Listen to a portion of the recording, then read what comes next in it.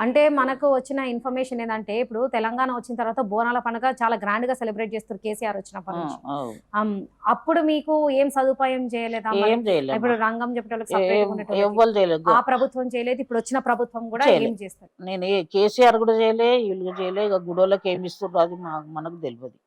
ఆళ్ళకు వింటున్నాము, అంటే గుడోళ్ళకి ఇస్తున్నాం. మాకొచ్చిన లెక్క ప్రకారం 25,00,00,000 ప్రభుత్వం పంచింది. మాకేం లేదు. మాకు ఇచ్చే కట్నము నేను ఫస్ట్ 20, లెక్కినప్పుడు 20 నుండి 25 కోట్ల వరకు మధ్యలో రూ. ప్రభుత్వం 50 అన్ని గుళ్ళకిచ్చింది అనేది తెలిసింది.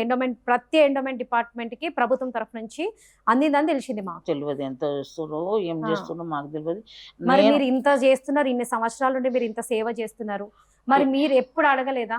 అమ్మా, ఎప్పుడు కాదు, ప్రతి సంవత్సరం అడుగుతున్నా. బిచ్చం అడిగినట్టు అడుగుతున్నా. కట్నం పెంచుండ్రి, కట్నం పెంచుండ్రి. నేను రూ. 50 కట్నం తీసుకున్న దాన్ని ఇప్పుడు 38 ఏళ్ళు అంటే అప్పటి కాలం ఎట్లుండే, ఇప్పుడు కాలం ఎట్లుంది. ఇప్పుడు ఏమి ఇస్తారు? 2,500, 5,000. అలిజకోట్ల 1,100 ఇస్తాడు. 1,100 అలిజకోట్ల ఇస్తాడు. ఇక్కడ 2,500, ఒకళ్ళు 3,000, ఒకళ్ళు 2,500, 5,000. నేను 5, 6 ఏళ్ల సంధి కట్నాలు పెంచుండ్రి, కట్నాలు పెంచుండ్రి అంటే ఈ మళ్ళీ ఏడాది ఇట్లనే అంటారు. ఈసారి చాలా బాధ అవుతుంది. ఇన్నేళ్ళ సంది నేను చేసిన ఆమె అన్నీ వదులుకొని వస్తుంది మా బిడ్డ. ఆమెకేమో ఇయ్యాలి కదా. మాకు కూడా ఉంటాయి కదా ఖర్చులు. మాకు పండుగ పబ్బం, మాకు కూడా ఖర్చులు ఉంటాయి. మా ఎంబడి ఉన్న మనుషులు మేము కూడా ఏదైనా ఆలోచించాలి కదా. మేము ఒక్కరమే ఉండము, ఒక్కరితో కాదు కదా. మా బిడ్డ ఎంబడి పోలీసు వాళ్ళు ఉన్నా కానీ పబ్లిక్ చాలా కొడతారు లాల్దరదల. ఆమె జర పొట్టిగా ఉంటుంది, భయం అవుతుంది. మీరు లాల్దర రంగం అయ్యేదాకా మా అరిచేతుల పానం ఉండే. అందరూ మా చుట్టాలు వస్తారు, బయట వాళ్ళు వస్తారు, అందరు ఎంబడి ఉంటారు, పోలీసు వాళ్ళు ఉంటారు. అయినా ప్రాబ్లమే అవుతుంది లాల్దరదల. లాల్దరద అంటేనే భయం అవుతుంది. అంట్ల రంగం ఉంటుంది. అమ్మవారు అట్లనే ఉంటుంది, రంగం అట్లనే ఉంటుంది.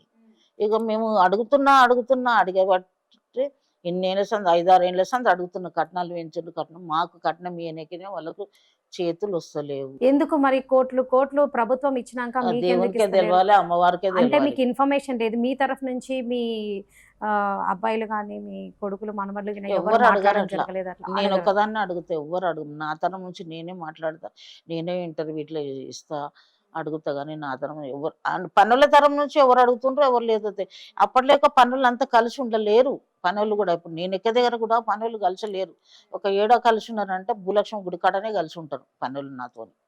ఇక మిగతా అశోక్ బజార్లో వదిలేసిన. ఎందుకంటే లాల్ దర్వాజా చేసి అశోక్ బజార్ పోయే వరకల్లా లేట్ అవుతుండే. లేట్ అయితే వీళ్ళు ఏం చేసిండ్రంటే, మీరు ఇంత లేట్ వస్తున్నావు, నువ్వు మాకు లేట్ అవుతుండే, ఇంత లేట్ వస్తున్నావు అని ఏం చేసిండ్రు, రేవతిని తెచ్చి పెట్టుకున్నారు.